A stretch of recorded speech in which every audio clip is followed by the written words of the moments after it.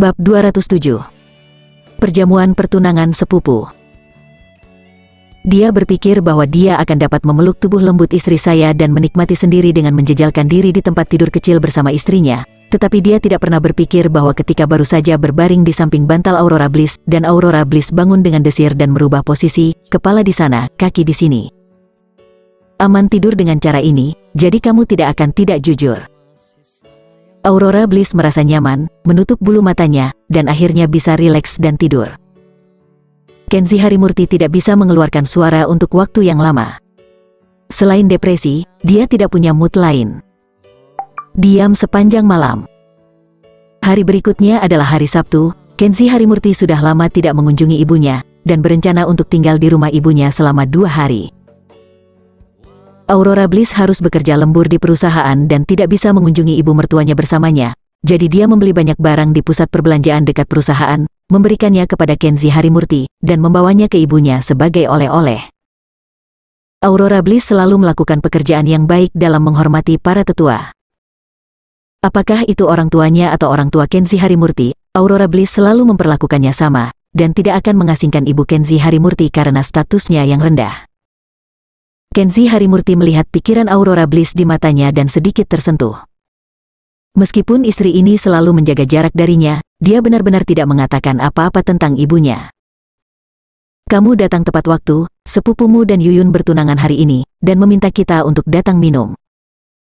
Melihat putranya tiba seperti yang dijanjikan, Ratih Wijaya menyambutnya dengan hangat dan mengambil barang-barang di tangannya.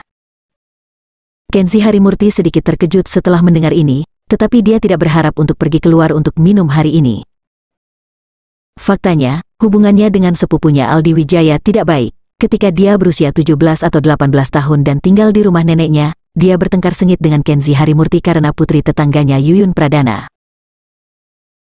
Pada saat itu, Yuyun Pradana menyukai Kenzie Harimurti, pria tampan berwajah putih, daripada Aldi Wijaya yang sangat mengejarnya. Tetapi Kenzie Harimurti merasa bahwa gadis seperti Yuyun Pradana sedikit ringan dan otomatis menjaga jarak dari Yuyun Pradana.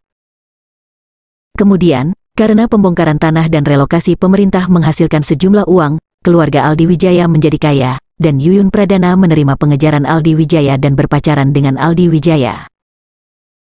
Kenzie Harimurti sudah lama tidak melihat mereka berdua, tetapi dia baru saja mendengar bahwa Aldi Wijaya baik-baik saja sekarang. Dia tidak hanya membeli rumah besar di kota, tetapi juga membuka perusahaan. Kenzie Harimurti beristirahat sebentar di rumah ibunya, yang nyaman bagi Ratih Wijaya untuk pergi bersama, naik bus, dan tiba di restoran yang lebih bergaya di kota Wakanda, tempat perjamuan pertunangan Aldi Wijaya dan Yuyun Pradana diadakan.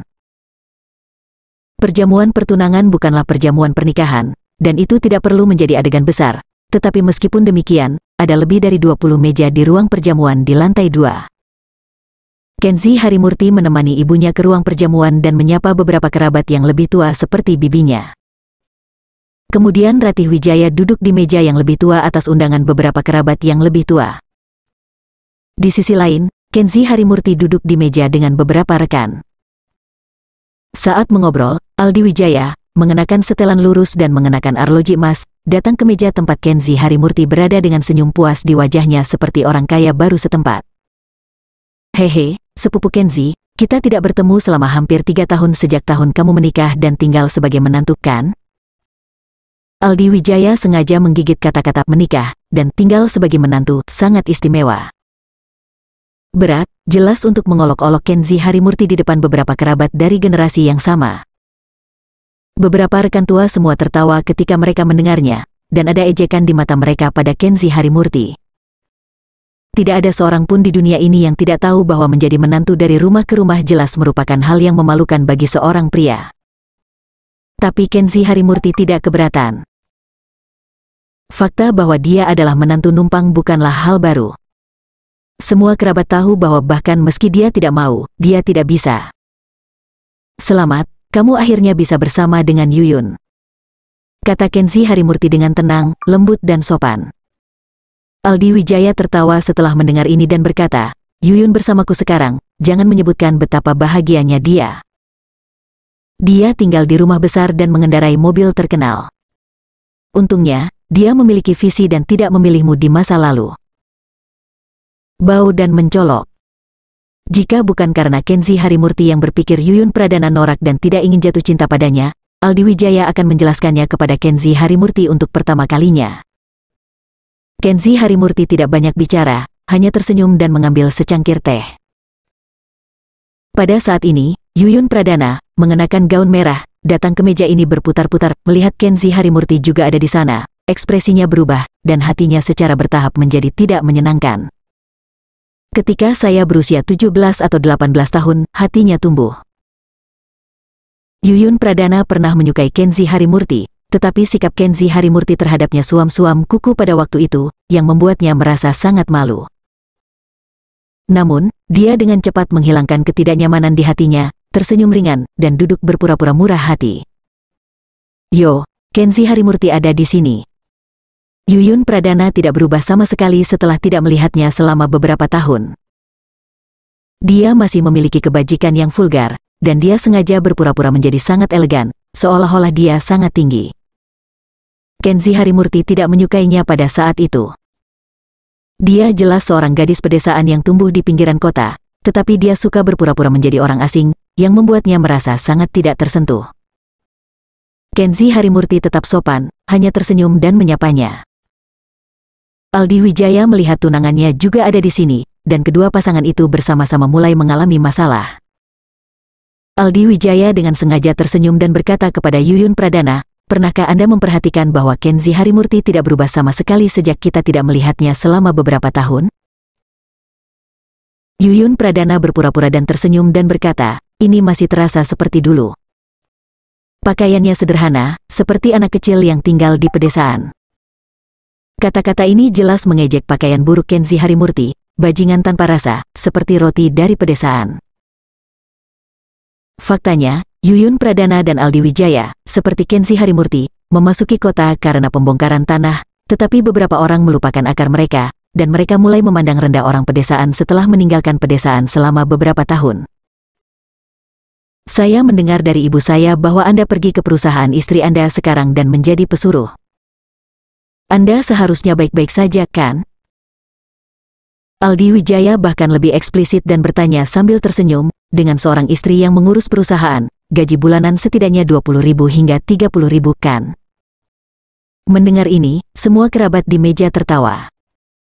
Jelas bagi semua orang bahwa kota seperti Wakanda dapat memperoleh upah 5 atau 6.000, dan itu sudah menjadi kelas pekerja yang baik. Bagaimana mungkin mendapatkan 2 atau 3.000? Yuyun Pradana tersenyum ringan dan berkata dengan mengejek, "Jika Anda ingin saya memberitahu Anda, pekerjaan Kenzi Harimurti sebagai pencari nafkah di perusahaan jauh lebih baik daripada mendirikan warung pinggir jalan sebelumnya. Jika Kenzi Harimurti masih mendirikan warung pinggir jalan seperti sebelumnya, bahkan aku dan dia duduk di meja yang sama akan membuatku merasa malu." Aldi Wijaya mendekat secara misterius, menepuk tangannya dan berkata, "Istri, kamu masih memiliki wawasan. Kamu tidak memilihnya saat itu, tetapi mengikutiku.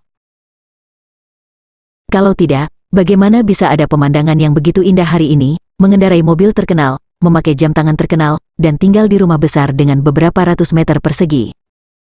Tentu saja, bagaimana saya bisa buta dan memilih dia?" Yuyun Pradana mencibir, "Kalau begitu, bukankah aku akan bergabung dengannya dan menjadi pedagang kaki lima?" Aldi Wijaya tertawa sangat bangga. Kerabat di meja berpikir itu lucu dan tertawa bersama mereka.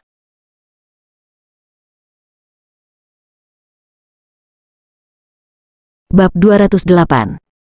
Ketua Kenzi. Jika itu di masa lalu, menghadapi semua jenis sindiran dan ejekan Aldi Wijaya dan Yuyun Pradana, Kenzi Harimurti mungkin merasa malu dan marah, dan dia mungkin tidak tahan.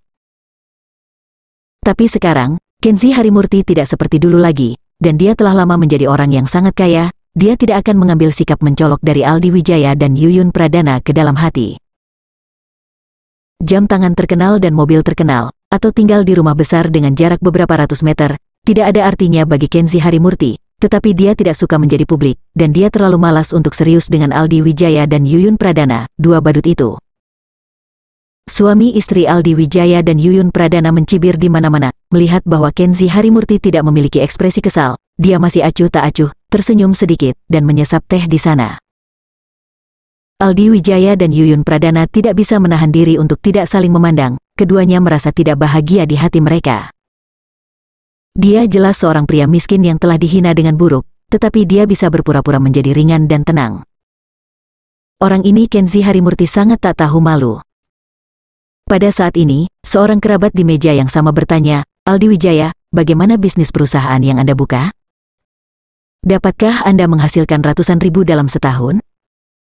Namun, Aldi Wijaya tertawa bangga ketika mendengar pertanyaan ini. "Ratusan ribu bukan apa-apa. Saya memperkirakan tahun ini, perusahaan saya akan menghasilkan setidaknya 2 juta. Wow, menghasilkan banyak uang. Kamu tidak buruk, tidak terlalu lama, perusahaanmu, setahun Anda bisa menghasilkan 2 juta? Sebagian besar kerabat di meja yang sama berasal dari pedesaan. Di mata mereka, ratusan ribu sudah sangat menguntungkan. Jika mereka dapat menghasilkan jutaan dalam 1 tahun, maka mereka benar-benar iri. Melihat mereka sangat iri, Aldi Wijaya merasa sangat bangga, dan hatinya benar-benar bahagia. Yuyun Pradana juga sangat bangga, tersenyum dari waktu ke waktu. "Sejujurnya dari kerabat di keluargaku, Aldi Wijaya bertemu seorang bangsawan tahun ini dan berteman dengan bos besar. Bangsawan itu mengurus bisnis Aldi Wijaya dengan baik dan memberinya pesanan besar senilai puluhan juta dolar." Wow, penjualan puluhan juta dolar. Aldi Wijaya, apa asal-usul orang bangsawan yang kamu temui itu? Banyak kerabat yang sangat tertarik. Aldi Wijaya memamerkan wajahnya dan berkata dengan bangga. "Orang mulia yang berteman dengan saya adalah perusahaan besar yang terkenal di Wakanda, bos besar dari grup Mediclassic PAM, dan ketua Kenzi." Wow. Mediclassic PAM cukup besar perusahaannya. Kamu benar-benar mampu, dan kamu benar-benar berteman dengan ketua Mediclassic PAM. Kamu akan menghasilkan banyak uang di masa depan. Kenzi Harimurti mendengarkan, merasa benar-benar tidak bisa mengerti. Ketua Mediclassic PAM, bukankah itu dirinya, dan kapan dia memiliki urusan bisnis dengan Aldi Wijaya? Bahkan jika perusahaan berbicara tentang bisnis, ketuanya jarang muncul. Dia biasanya terlalu malas untuk mengurus penampilan publik seperti itu.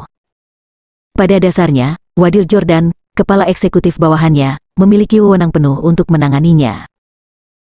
Dia hanya mendengarkan laporan di kantor. Itu saja. Tetapi ketika Aldi Wijaya mengatakan ini sekarang, rasanya agak salah. Kenzi Harimurti tidak bisa tidak berkata, "Aldi Wijaya, ketua Kenzi yang baru saja kamu katakan yakin bahwa dia adalah ketua kelompok Mediclassic PAM?" Aldi Wijaya meliriknya dengan tidak senang setelah mendengar ini. "Apa maksudmu? Apakah menurutmu aku berbohong dan membual dengan sengaja?" Yuyun Pradana mendengus tidak percaya. "Kenzi Harimurti, sekarang bos besar telah membawa suamiku untuk menghasilkan banyak uang. Apakah kamu sangat tidak nyaman?" Setelah jeda, dia berkata dengan nada menghina, "Aldi Wijaya lebih baik darimu. Dia lebih mampu dan lebih menjanjikan darimu. Bukankah normal jika bos besar mau berbisnis dengannya sekarang?" Kenzi Harimurti hampir tertawa marah setelah mendengar ini. Yuyun Pradana, gadis ini, pasti sangat membencinya selama ini. Begitu dia membuka mulutnya, dia langsung menemukan cara untuk menyerangnya, seolah-olah dia memiliki banyak kebencian. Pada saat ini, suara nyaring mengumumkan para tamu terdengar di pintu masuk aula perjamuan. Tuan Kenzi Barimukti, ketua Mediclassic PAM, datang ke tempat kejadian untuk memberi selamat kepada Tuan Wijaya dan Nona Pradana. Aldi Wijaya tiba-tiba terkejut dan berkata, "Haha, aku tidak bisa memikirkannya. Aku hanya mengadakan pertunangan kecil, dan bahkan ketua Kenzi datang sendiri, itu terlalu berlebihan." Yuyun Pradana bahkan lebih terkejut, dan dengan cepat mendorong Aldi Wijaya, "Cepat, mari kita pergi ke sana bersama, secara pribadi untuk menyapa dia," kata Yuyun Pradana, dan tanpa sadar mengangkat rambutnya, menyesuaikan gaunnya, dan membuat dirinya rapi dan bermartabat, sebelum menunjukkan senyum manis, pergi dengan Aldi Wijaya, dan menyapa tamu orang yang paling dihormati secara langsung. Kenzi Harimurti dapat melihat dengan jelas bahwa pria yang mengaku sebagai ketua Mediclassic PAM adalah pria gemuk setengah baya dengan perut besar. Kenzi Harimurti curiga bahwa orang ini pembohong, Aldi Wijaya pasti tertipu, dan berbisnis dengan orang ini, dia takut Aldi Wijaya akan kehilangan segalanya. Dan inilah kebenarannya. Pria gemuk parubaya yang menyebut dirinya ketua Mediclassic PAM ini hanya berbeda satu kata dengan nama Kenzi Barimukti. Namanya sendiri adalah Kenzi Harimurti. Silakan duduk, silakan duduk. Ketua Kenzi, belum waktunya untuk membuka meja, makan silakan duduk dan minum teh dulu. Yuyun Pradana cukup antusias dan hormat, seperti menghibur leluhurnya dan membuka kursi sambil tersenyum, minta pria parubaya gemuk bernama Kenzi Barimukti itu untuk duduk. Aldi Wijaya segera mendorong Kenzi Harimurti menjauh, duduklah, lihat kebajikan udik desamu, jangan mempengaruhi suasana hati ketua Kenzi untuk makan. Kenzi Harimurti tidak mengatakan apa-apa, tetapi dia ingin melihat apa yang ingin dimainkan oleh pria yang berpura-pura menjadi dirinya sendiri ini. Hehe, ketua Kenzi. Aldi Wijaya menyalakan sebatang rokok untuk si Fatih dan berkata sambil tersenyum, bukankah kamu mengatakan bahwa kamu akan pergi ke luar negeri sore ini? Mengapa kamu datang ke pesta pertunanganku ketika kamu sedang sibuk? Pria gemuk parubaya itu melambaikan tangannya dengan santai dan berkata dengan sopan, Brother Wijaya bertunangan, mengapa saya tidak bisa datang? Saya menjelaskan kepada sekretaris bahwa pesawat akan diganti dan akan terbang pada malam hari. Haha, Ketua Kenzi, Anda benar-benar memandang wajah saya. Aldi Wijaya dan Yuyun Pradana tertawa bersama, kebanggaan dan kepuasan mereka melampaui kata-kata. Ngomong-ngomong, apakah kamu sudah mengatur pemuatan batch barang yang aku inginkan? Pria parubaya gemuk itu berkata dengan serius. Pelanggan luar negeri menelpon lagi sekarang dan meminta kami untuk mengirimkannya dengan cepat. Untuk masalah ini, kamu harus cepat. Aldi Wijaya buru-buru berkata, jangan khawatir, Ketua Kenzi, yakinlah. Sebelum jam 2 siang, itu akan dikirim, dan itu tidak akan merusak acara besar Anda. Pria gemuk parubaya itu mengangguk, tidak lebih. Kenzi Harimurti telah mengkonfirmasi bahwa ini adalah pembohong yang berpura-pura menjadi dirinya sendiri dan memiliki sarung tangan kosong dan serigala putih. Saat ini, Kenzi Harimurti mencibir. Bolehkah saya bertanya kepada Ketua Kenzi, apakah Anda mengenali saya?